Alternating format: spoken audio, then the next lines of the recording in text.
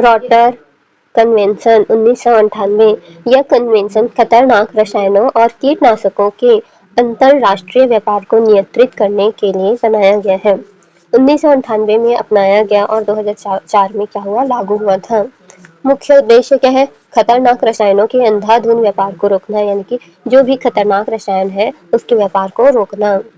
देशों के बीच सहयोग और जिम्मेदारी बढ़ाना, तो देश जो खरीद रहा है वो भी अपनी तरफ से जांच करे और जो व्यापार कर रहा है वो देश भी अपनी तरफ से क्या करे, जांच करे। तो इससे क्या होगा, सहयोग और जिम्मेदारी बटेगी। आयात करने वाले देश को पहले से जानकारी देना, तो जो देश आयात कर रहा है तो निर्यात करने वाले देश यानी कि जो खरीद रहा है उसे निर्यात करने वाले देश यानी कि जो बेच रहा है वो पहले से क्या करे, जानकारी दे दे, इस चीज की पहले से क्या करे, जानकारी दे। PIC क्या है, प्रियर इन्फॉर्म्ड कंसेंट, पूर्व सूचित सहमति। PIC प्रियर इन्फॉर्मेड कंसेंट, इसका सबसे महत्वपूर्ण प्रावधान है, पहले से पूर्व ही सूचना दे दी जाए और सहमति ले ली जाए। इसका अर्थ है यदि कोई देश खतरनाक रसायन निर्यात करता है यानी कि बेचता है तो पहले आयात करने वाले देश से अनुमति लेनी होगी, तो जो खरीद रहे उससे अनुमति लेनी होगी। इसका महत्व क्या है, विकासशील देशों को सुरक्षा मिलती है, तो इससे क्या होता है, जो विकासशील देश है उनको क्या मिलती है, सुरक्षा मिलती है।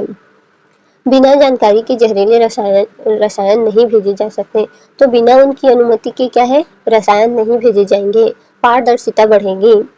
तो मुख्य विशेषताएं क्या है, कानूनी रूप से बाध्यकारी होगा, लीगल बाइंडिंग होगा, खतरनाक कीटनाशकों और औद्योगिक रसायनों को कवर करता है। तो जो खतरनाक कीट रसायन होता है, मतलब कीड़ों को मारने के लिए कीटनाशक होता है, औद्योगिक के जो रसायन होते हैं उसको ये कवर कर लेता है, उसके अंदर आ जाता है। सदस्य देशों के बीच सूचना का आदान प्रदान होगा।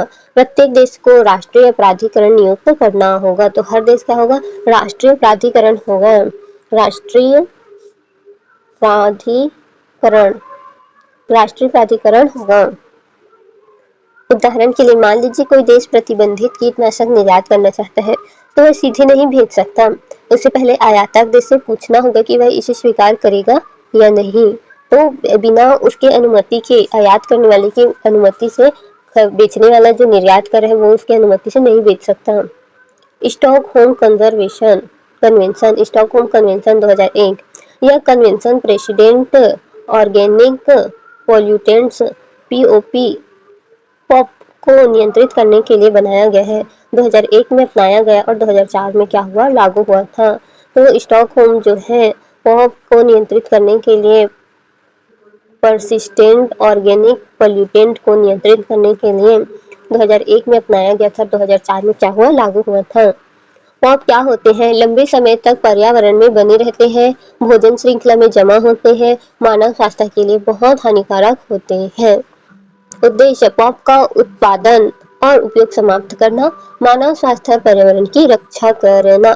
डायरेक्टी जोन क्या है, डर्टी जोन क्या है, डर्टी जोन शुरुआत में 12 खतरनाक रसायनों को सूचीबद्ध किया था जिन्हें डर्टी जोन कहा गया है, जिसमें से प्रमुख है DDT, जिससे ये वो रसायन है जिससे पक्षियों को मारा जाता था, PCB, डाइक्सिक, DIOINS और फरांस फरंस फरांस। अब इनकी संख्या 30 से भी अधिक हो चुकी है, तो अब क्या होगी, इसकी संख्या 30 से अधिक हो चुकी है।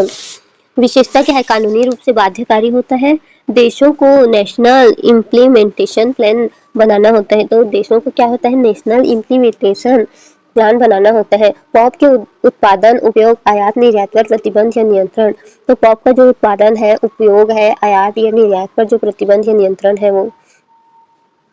फोकस क्या है, रॉटरडैम व्यापार नियंत्रण, और स्टॉकहोम में उत्पादन उपयोग को समाप्त करना, यानी कि उत्पादन ही नहीं होगा तो उपयोग करने का सवाल ही नहीं होगा। मुख्य सिद्धांत क्या है, PIC है, और इसमें क्या है, पॉप का उन्मूलन, और लक्ष्य क्या है, सुरक्षित व्यापार, इसमें पर्यावरण और स्वास्थ्य की सुरक्षा। अब इम्पोर्टेंट पॉइंट क्या है, दोनों कन्वेंशन UNEP से संबंधित है। किससे संबंधित है, UNEP से संबंधित है। दोनों कानूनी रूप से बाध्यकारी हैं, भारत ने दोनों का सदस्य है। बेसल कन्वेंशन भी खतरनाक कचरे से जुड़ा हुआ है। बेसल कन्वेंशन खतरनाक अपशिष्ट की सीमा पार परिवहन को नियंत्रित करता है। अगर NCERT के अकॉर्डिंग देखें तो रोटरडैम कन्वेंशन अंतर्राष्ट्रीय पर्यावरणीय समझौते के अंतर्गत बताती है जो खतरनाक रसायनों के सुरक्षित प्रबंधन से संबंधित है। ये क्लास 12 में था, इन्वायरमेंट इश्यूज में। मुख्य विचार क्या है? उद्देश्य खतरनाक रसायनों और कीटनाशकों के अंतर्राष्ट्रीय व्यापार को नियंत्रित करना। मुख्य सिद्धांत क्या है? PIC prior informed consent. किसी देश को खतरनाक रसायन भेजने से पहले आयात करने वाले देश की पूर्व सहमति लेना अनिवार्य है। बिना जानकारी अनुमति के जहरीले रसायन नहीं भेजे जा सकते। विकासशील देशों को सुरक्षा, पारदर्शिता, पर्यावरण और मानव स्वास्थ्य की रक्षा। स्टॉकहोम कन्वेंशन तो प्रेसिडेंट ऑर्गेनिक पॉल्यूटेंट को नियंत्रित करने वाला समझौता बताती है। POP क्या है? बहुत लंबे समय तक पर्यावरण में बने रहते हैं। जैव संचय बायो एक्यूमुलेशन करते हैं। क्या करते हैं? बायो एक्यूमुलेशन करते हैं। BIO बायो एक्यूमुलेशन करते हैं। जैव संचय करते हैं। क्या करते हैं? जैव संचय करते हैं। खाद्य श्रृंखला में बढ़ते जाते हैं। ये क्या होता है? Bio magnification. खाद्य श्रृंखला में बढ़ते हैं। Bio magnification. खाद्य श्रृंखला में क्या होते हैं? बढ़ते जाते हैं। कैंसर, हार्मोन असंतुलन आदि पैदा कर सकते हैं। तो कैंसर हो सकता है, हार्मोन असंतुलन हो सकता है। शुरुआत में 12 खतरनाक रसायनों को सूचीबद्ध किया था, जैसे कि DDT, PCB और डाइऑक्सी। NCERT में DDT का उदाहरण खास तौर पर जैव वृद्धि बायोमैग्निफिकेशन समझाने में दिया गया है।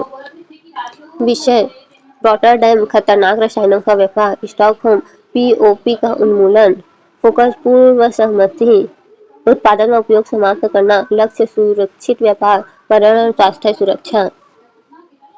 DDT biomagnification, POP food chain में बढ़ती सांद्रता, अंतर्राष्ट्रीय सहयोग, पर्यावरण संरक्षण। तो दोनों कानूनी रूप से बाध्यकारी हैं। दोनों 2004 में लागू हुए NAP के अंतर्गत आते हैं। भारत दोनों का सदस्य है। तो करेंट अफेयर के हिसाब से अगर देखें तो रॉटरडैम और स्टॉकहोम कन्वेंशन को समझने के लिए अपडेट है। पहला है COP 2025 अपडेट, सबसे बड़ा हाल का घटनाक्रम है। एक साथ 3 कन्वेंशन की बैठक, अप्रैल मई 2025 में बेसल कन्वेंशन, साथ में रॉटरडैम कन्वेंशन और स्टॉकहोम कन्वेंशन की कॉन्फ्रेंस ऑफ पार्टीज बैठक जिनेवा में हुआ था। COP जो है कहाँ हुआ था? जिनेवा में हुआ था। कहाँ हुआ था? जिनेवा में हुआ था। जिनेवा में हुआ था। COP 12 में 3 जहरीले रसायनों को हटाने की सूची बनाई गई थी। एनेक्स ए में शामिल किया गया है। क्लोरफीरिफ्स कीटनाशक है। क्लोरफीरिफोस।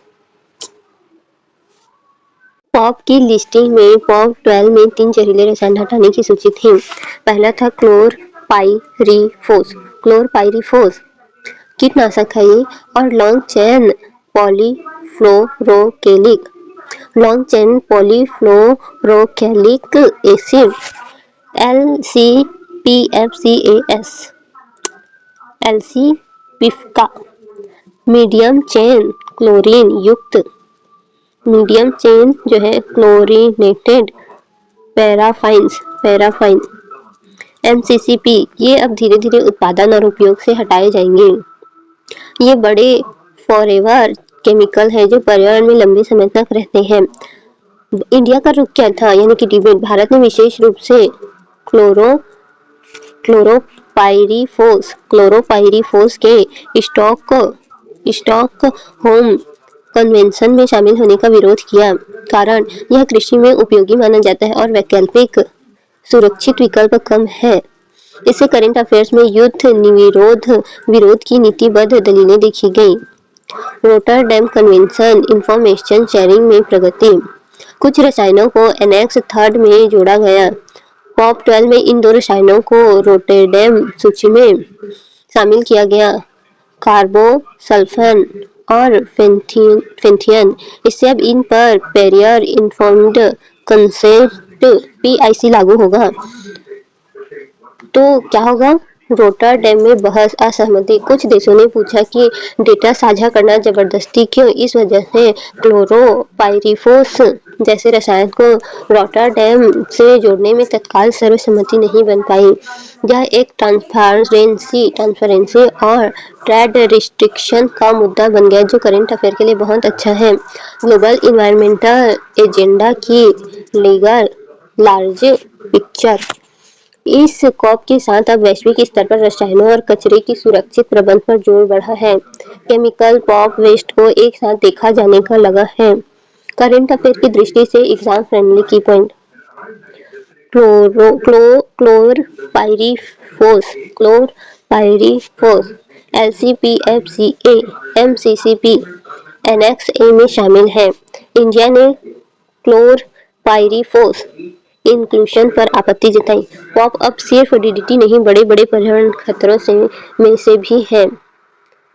कार्बोसल्फान एंड फेंथीन को एनेक्स 3 में डाला गया। पिक प्रक्रिया को मजबूत बनाने पर चर्चा। PIC प्रक्रिया को एक लाइन में स्टॉकहोम कन्वेंशन खतरनाक पॉप को हटाना, कम करना, use production to phase out.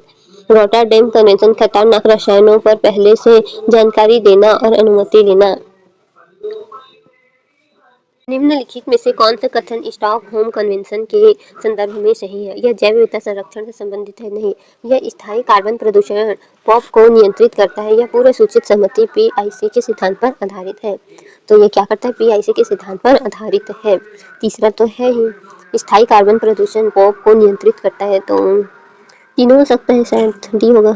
पहले का बी है केवल। तो यह स्थायी कार्बन प्रदूषकों को नियंत्रित करता है। हाँ, तो ये क्या करता है? स्टॉकहोम जो है स्थायी कार्बन प्रदूषकों को क्या करता है? नियंत्रित करता है। केवल तो होगा। प्रियर इन्फॉर्म्ड कंसेंट PIC सिद्धांत निम्नलिखित में से किसी है? ये जैव विविधता नहीं, जलवायु नहीं, खतरनाक रसायनों का अंतर्राष्ट्रीय व्यापार है, तो सी होगा।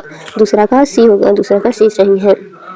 रोटरडैम कन्वेंशन का मुख्य उद्देश्य है ग्रीन हाउस गैसों में कमी, खतरनाक रसायनों के अंतर्राष्ट्रीय व्यापार। रोटरडैम, हाँ, रसायनों के अंतर्राष्ट्रीय व्यापार का विनियमित करना, मतलब तो बी होगा। इसका आंसर बी होगा। हाँ, बी सही है। खतरनाक रसायनों के अंतर्राष्ट्रीय व्यापार को विनियमित करना। निम्नलिखित में से कौन सा पर्सिस्टेंट ऑर्गेनिक पॉल्यूशन पॉप के गुण है? पर्यावरण में लंबे समय तक बने रहते हैं। हाँ, जल संचय, बायो अक्यूमुलेशन करते हैं, केवल जल प्रदूषण से संबंधित है। नहीं, एक और दो दोनों से बी होगा। चौथा का बी है। बी सही है। डर्टी जोन शब्द का संबंध किससे है? ओजोन क्षयकारी गैस से, 12 ग्रीन हाउस गैस से, 12 प्रारंभिक पॉप के, 12 जैव विविधता हॉट स्पॉट से, तो सी होगा। पांचवा का सी, प्रारंभिक पॉप से। निम्नलिखित में से कौन सा युग्म सही सुमेलित है? स्टॉकहोम, रोटरडैम का तो सही है। रोटरडैम, बेशल। स्टॉकहोम जो है खतरनाक अपशिष्ट का सीमा पार परिवहन। पहला का एक और दो सुमेलित है, दो तो है, तीनों सही है सर। छठवा का 1 2 3, हाँ, डी सही है। निम्नलिखित कथनों पर विचार कीजिए। स्टॉकहोम कन्वेंशन कानूनी रूप से बाध्यकारी है। कानूनी रूप से बाध्यकारी है स्टॉकहोम, नहीं है शायद। रोटरडैम कन्वेंशन सदस्य देशों के बीच सूचना का आदान प्रदान होता है, दूसरा सही है। दोनों UNEP से संबंधित है, तीनों सही है। डी होगा। डी। निम्नलिखित कथनों पर विचार कीजिए। स्टॉकहोम कन्वेंशन का उद्देश्य पॉप का पूर्ण उन्मूलन है। यह कानूनी रूप से बाध्यकारी है। यह प्रियर इन्फॉर्म्ड कंसेंट PIC सिद्धांत पर आधारित है, तो तीनों सही है। डी होगा। नहीं, सी है। एक और दो सही है, तीसरा गलत है। एक और दो सही है, यानी कि स्टॉकहोम कन्वेंशन का उद्देश्य पॉप का पूर्ण उन्मूलन है और यह कानूनी रूप से बाध्यकारी है। और स्टॉकहोम जो है यह प्रियर इन्फॉर्म्ड कंसेंट PIC सिद्धांत नहीं है। ठीक है, ये नहीं है। डर्टी जोन का संबंध है, तो डर्टी जोन का 12 खतरनाक धातुओं से नहीं, ग्रीन हाउस गैसों से, प्रारंभिक पॉप से है, तो प्रारंभिक पॉप से है। बी होगा। हाँ, बी है। रोटरडैम कन्वेंशन के संदर्भ में निम्नलिखित कथनों पर विचार कीजिए। यह खतरनाक रसायनों के अंतरराष्ट्रीय व्यापार को विनियमित करते हैं। हाँ, सही। यह PIC सिद्धांत पर आधारित है, ये भी सही है। यह खतरनाक अपशिष्ट के सीमा पार परिवहन से संबंधित है। अपशिष्ट से नहीं है, एक और दो होगा। अपशिष्ट नहीं बोला गया, रसायन बस बोला गया, तो एक और दो होगा। बी होगा। हाँ, बी है। निम्नलिखित में से कौन सा गुण पॉप का नहीं है? तो जैव संचय, दीर्घकालिक स्थायित्व, त्वरित जैव अपघटन। खाद्य श्रृंखला में वृद्धि। तो त्वरित जैव अपघटन चौथा का सी होगा। स्टॉकहोम कन्वेंशन के अंतर्गत डीडीटी का उपयोग पुनः प्रतिबंधित है। हाँ, केवल कृषि में अनुमति है। हाँ, रोग नियंत्रण हेतु सीमित उपयोग की अनुमति है। पता नहीं, पूरी तरह मुक्त है। तो रोग नियंत्रण हेतु डीडीटी का उपयोग क्यों होगा? पांचवा का सी है। निम्नलिखित में से कौन सा सुमेलित है? Stockholm POP, Rotterdam PIC, Basel hazardous स्टेटर। तो स्टॉकहोम पता नहीं, छठवा का डी है, तीनों सही है। पीआईसी सिद्धांत का मुख्य उद्देश्य जैव विविधता संरक्षण, सुरक्षित व्यापार हेतु पूर्व सहमति, कार्बन उत्सर्जन कम करना, समुद्री प्रदूषण रोकना। तो सुरक्षित व्यापार हेतु पूर्व सहमति तो बी होगा इसका। 7 का क्या होगा? बी होगा। 7 का बी होगा। सही। निम्नलिखित में से कौन सा कथन गलत है? स्टॉकहोम कन्वेंशन पॉप को नियंत्रित करता है, रॉटरडम कन्वेंशन व्यापार पारदर्शिता बढ़ाता है। तो पारदर्शिता बढ़ाता है, बी होगा। 8वां का सी है, सी। बेसल कन्वेंशन जैव विविधता से संबंधित है। गलत पूछा था, गलत। बेसल कन्वेंशन जैव विविधता से संबंधित सभी जीव पर्यावरण समझाते हैं। गलत पूछा था, तो सी होगा 8वां का। पॉप के जैव वृद्धि का अर्थ है जल में घुलनशीलता, खाद्य श्रृंखला में सांद्रता बढ़ाना, वायु प्रदूषण, त्वरित अपघटन। जैव वृद्धि, बायोमैग्निफिकेशन, बी होगा शायद। बी होगा, बी होगा का बी है सही। खाद्य श्रृंखला में सांद्रता बढ़ाना। निम्नलिखित में से कौन सा स्टॉकहोम कन्वेंशन के अंतर्गत सूचीबद्ध रसायन है? डीडीटी है, डीडीटी। 10वां का ए है। रॉटरडैम कन्वेंशन में एनेक्स 3 का संबंध है। पॉप की सूची, खतरनाक रसायनों पर पीआईसी प्रक्रिया, अपशिष्ट प्रबंधन, जलवायु परिवर्तन। तो बी होगा। 10वां का 11वां का जी 11वां का बी है, खतरनाक रसायनों पर पीआईसी प्रक्रिया। निम्नलिखित कथनों पर विचार कीजिए। स्टॉकहोम कन्वेंशन 2001 में अपनाया गया, 2001 में आया था, 2004 में लागू किया गया। रॉटरडैम कन्वेंशन 1998 में अपनाया गया, दोनों 2004 में लागू हुआ।